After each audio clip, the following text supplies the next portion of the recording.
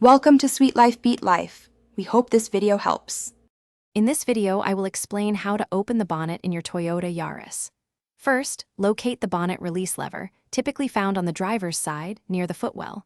It often has a small car icon with the bonnet open. Pull this lever firmly towards you. You should hear a click as the primary latch disengages. This action partially releases the bonnet, allowing you to proceed to the next step. Ensure your vehicle is parked safely and the engine is off before you begin. After pulling the interior lever, move to the front of your Yaris. The bonnet will be slightly ajar, but not fully open.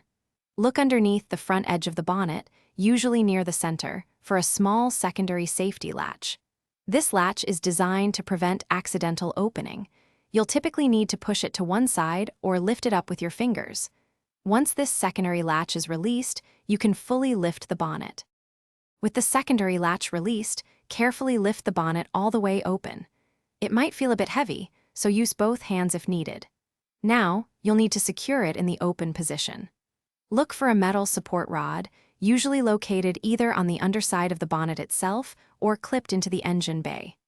Take this rod and insert its end into the designated slot or hole on the underside of the bonnet to hold it securely open.